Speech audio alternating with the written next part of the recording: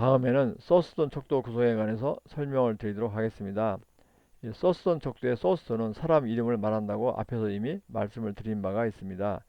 그런데 이 소스돈 척도는 그 특징이 몇 가지가 있는데, 첫째가 이제 평가자들을 사용한다는 것입니다. 그리고 이제 그 가중치를 부여하는 방식을 쓴다. 그것을 알아두시고, 그리고 소스돈 척도는 등간 척도다. 그것도 좀 알아두시기 바라겠습니다. 근데 사실은 엄밀한 의미에서는 그 등간이 아니라 유사 등간, 즉 등간 척도가 비스름하다. 그래서 이제 유사 등간 척도라고 부르고 있습니다. 그러면은 그 서스턴 척도가 이렇게 이제 뭐 있습니다. 있는데 체벌 관련 서스턴 척도가 있는데, 그 서스턴 척도에 관해서 한번 제가 간단하게 한번 예를 들어보겠습니다. 제가 이제 학대에 관한 척도를 개발하려고 합니다. 그러면 먼저 학대를 나타내는 것을, 그러니까 무엇이 학대인가, 학대를 나타내는 지표를 모입니다. 그래서 제가 이제 설문조사를 해가지고 여러 사람들에게 학대를 보여주는 것이 뭔가, 그것을 질문을 합니다. 그럼 사람들이 여러 가지 답변을 할 것입니다. 그런 답변을 다 모입니다. 그래서 보니까 뭐 꿀밤을 먹인다, 또는 무슨 뭐 종아리를 때린다, 또는 막 심한 경우 이제 주먹으로 이제 얼굴을 친다, 또는 이제 막 뭐가 있습니까? 여러 가지 같은 간에 뭐 있을 것입니다. 막뭐 불로 치진다, 뭐 이런 얘기가 좀 끔찍한데, 여튼 간에 학대에 대해서 뭐 여러 가지 이제 그 내용을 쓸 것입니다. 그런 것을 이제 그 하나하나를 전부 다 그 카드에, 우리 명함이나 독서 카드에 적습니다. 그래서 적은 다음에 이런 그 학대를 나타내는 지표, 이걸 전부 다 이제 하나씩 카드에 적어서 한 패키지, 한 묶음으로 만듭니다. 묶음으로 만든 다음에 만든 평가자들을 구해서 평가자들 수만큼 이제 이런 묶음을 이제 준비를 합니다. 준비를 해가지고 이 평가자들에게 한 묶음씩 줍니다. 그럼 평가자들에게 주면서 예를 들어서 이렇게 바구니를 10개 준비합니다. 그래서 여기가 1번 바구니, 2번, 3번, 4번 쭉 가가지고 10번까지 바구니를 넣은 다음에 그 평가자들에게 각각의 그 지표에 대해서, 즉 학대를 나타내는 지표에 대해서, 그 카드에 대해서 여기다가 이제 집어 들어갑니다. 그래서 이제 1번의 경우에는 가장 학대의 정도가 적은 것, 그리고 10번의 경우에는 학대의 정도가 가장 높은 것, 그렇게 해가지고 그 순서대로 한번 이렇게 넣어보라고 합니다. 그래서 예를 들면 이제 제가 평가자로 갈 경우에 이 카드가 왔습니다. 카드 묶음이 하는데 첫 번째 카드를 보니까 꿀밤을 먹인다. 그러면 제가 이제 제 생각에 그건 이제 학대는 약간 3번 정도, 3번 바구니 집어넣습니다. 또 어떤 거 보니까 불로 지진다. 이것은 정말 엄청난 학대니까 저는 이제 10번에다 넣습니다. 또 다음 카드를 보니까 종아리를 때린다.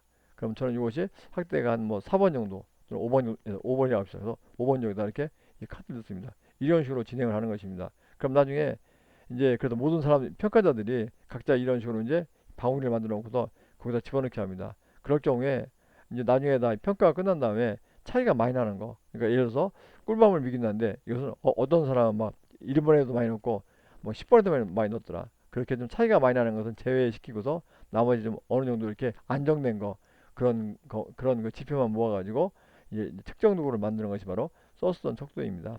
그래서 썼던 척도의 경우에는 이렇게 1번, 2번, 3번, 4번이기 때문에 이것이 간격이 같다고 보는 것입니다. 그래서 이제 간격이 같기 때문에 등간 척도라고 부르는데, 100% 같은 것은 아니기 때문에 유사 등간 척도라고 부르고 있습니다. 그런데 보시면 아시겠지만 이 썼던 척도는 굉장히 좀 시간도 많이 걸리고 신경이 많이 쓰입니다. 그렇기 때문에 그 오늘날에는 자주 사용하지 않고 있습니다.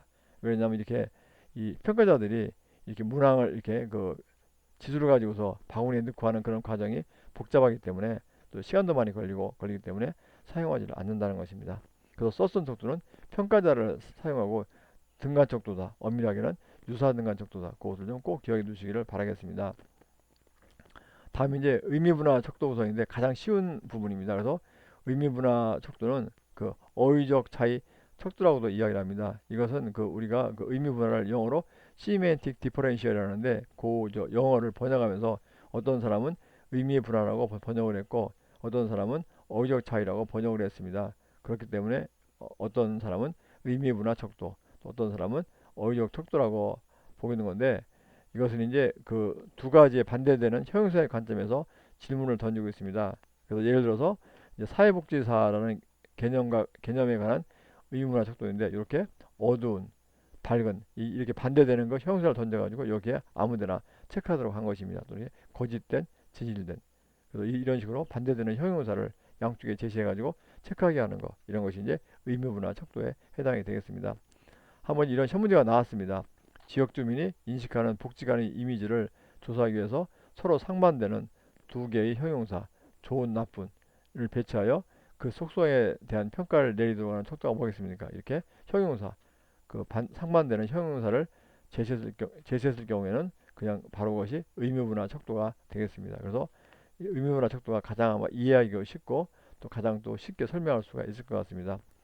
예, 그래서 이렇게 해가지고 그 척도에 관해서, 척도 구성에 관해서 마치도록 하겠습니다. 그래서 여러분들은 각각의 척도에 대해서 그 특징만 잘 알아두시고, 그리고 그 특징을 염두에 두면서 또 여러분들이 그 척도의 한번 예를 머릿속에 떠올리면서 아, 이것이 이런 거 장점 단점이 있겠구나, 이렇게 이제 기억을 하시면은 뭐 복사 시험 문제 나올 경우에 그렇게 크게 어렵지가 않을 것이라는 생각을 해봅니다. 예, 수고하셨습니다.